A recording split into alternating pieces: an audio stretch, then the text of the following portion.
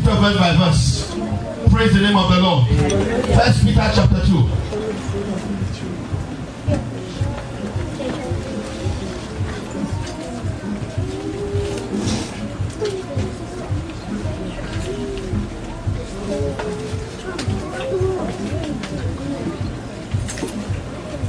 First Peter chapter 2. Like I said earlier, if you read the other verses down, it began to show us how they look at themselves in the beginning like they were no people. They look at themselves, they pity themselves. They don't understand the mystery of what God has done. They do not understand that they had opportunity to be called a royal priesthood. Now, just to let you understand something, whenever you hear a bird, it means something contrary to what was being said is now coming up. You were a poor man, but hallelujah. But you were wretched in sin, but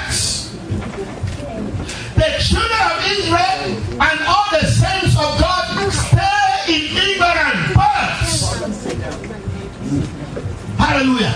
They look at themselves like people that were not a holy nation, but they look at themselves like people that were not worthy, but the Bible says, but you are a chosen what? Generation. Now this is deeper. This is deeper than race. We're not talking about race here. We're not talking about skin color. We're not talking about a nationality. A generation comes into play when God decided to wipe off a certain generation and bring a new one. Not a certain race, not a certain color.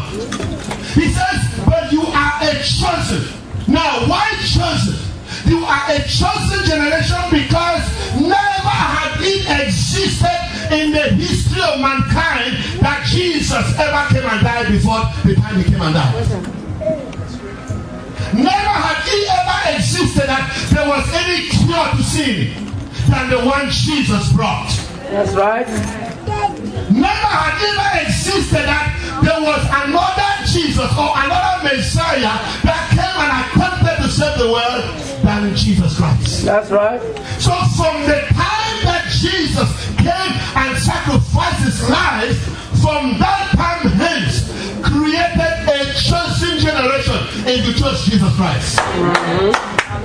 Hallelujah. Anytime anybody, no matter the race, color, culture, background, decides to choose Jesus, you become a chosen generation. That's right. Hallelujah. Amen. If you neglect Jesus, you are not part of the chosen generation. That's right. If you choose Jesus, you become a chosen what? Generation. Now, Peter began to reveal the hidden secrets. You are a holy one. You are a chosen generation, a royal priesthood. That's right. This is deeper. This is deeper.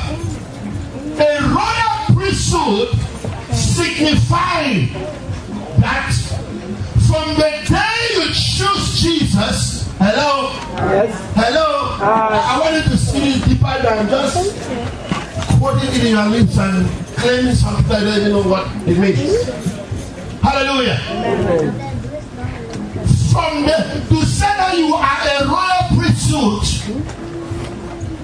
Well, when we talk about royalty, what are we talking about? King and kingdom. Hello? Those who are programmed to become part of the kingdom of God, the Bible says, Jesus told Nicodemus, you will not do what? See or enter the kingdom of God if you are not what? If you have not made yourself part of the chosen generation, you cannot even near being a royal priesthood. Are we understanding now? So from being a chosen generation, he says you are a royal priesthood. Yes. I began by trying to attempt to tell you what priesthood does. But everybody that belongs to the priesthood was those that were chosen and trained to be able to hear the voice of God and tell the people, and to be able to hear the voice of the people and tell God. God never talk to his people without using a mediator. That's right. Now, God will not speak. Let me try to understand it. To the unbeliever without using you. That's right. Are we understanding me? That's true. So, priesthood before I come to royalty is to say that you have now resumed the same position that Jesus had. When the Bible says we do not have a priest that does not sympathize or that cannot sympathize with an authority. Meaning, we do not have a people that does not understand the capacity of which Jesus stood as a priest. In Jesus' time of being a priest, the Bible says he did not just only hear from God and bring it to man and hear from man and take it to God. He was a priest that could understand what it means to be afflicted. Amen. He was a priest that could understand what it means to suffer pain. Amen. He was a priest that could understand what it means to forgive sin. He was a priest that could understand what it means to be a mother to the motherless, a father to the fatherless, a husband to the widow. He was a priest that understood how to feed the poor. He was a priest, and Jesus is saying, you are a chosen generation, a royal priesthood. If you will claim to be a priesthood of the Lord, you must resume the same capacity of the priesthood nature that Jesus executed while he was on earth. And if the church, I'm not talking about Omega, including you, if we will resume that position, the world will not be suffering today. Amen. If we will resume 1/10 of that position of Christ, the world will be at peace today. Now I'm talking about royalty.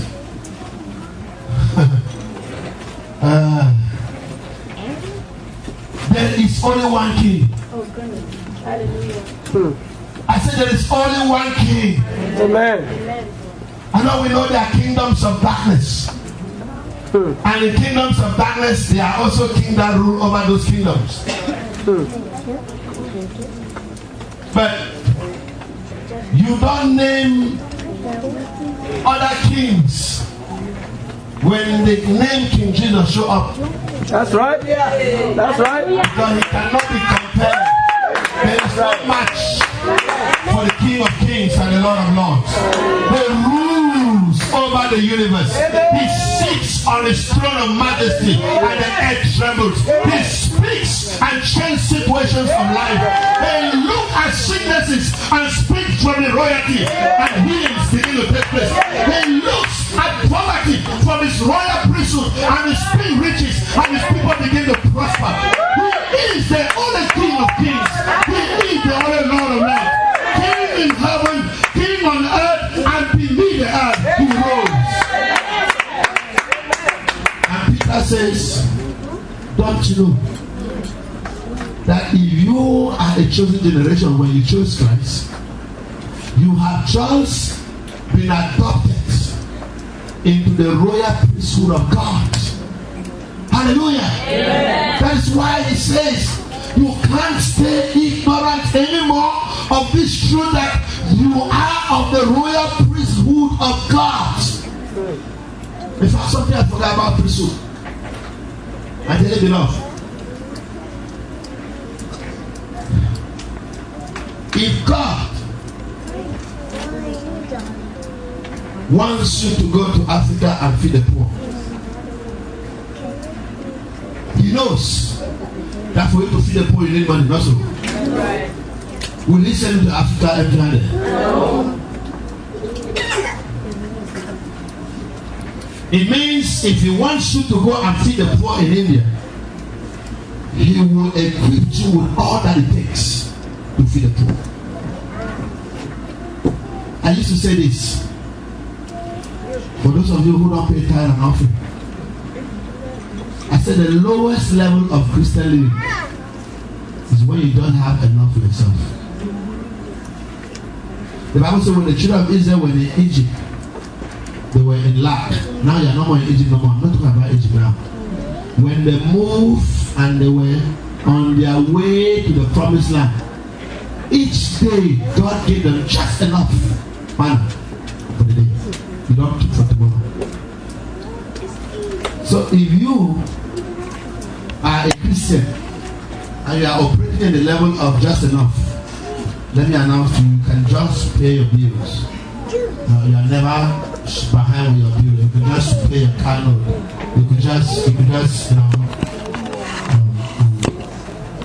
care of your kids. Everything is just. And by the end of the month, you are not owing nobody. You just pay everything fine. The Bible says you are operating at the lowest level of Christian life. I'm coming. But for you to be operating in the promised land, the Bible says in the wilderness they were just having just enough manna for the night. For faithless people who did not think that God was going to supply them tomorrow, they will try to keep it for the night. And when they keep it, the Bible says it got rotten. And before the next morning, you are dealing with maggots in your house. So they could barely just have enough for each day. But when they enter into the promised land,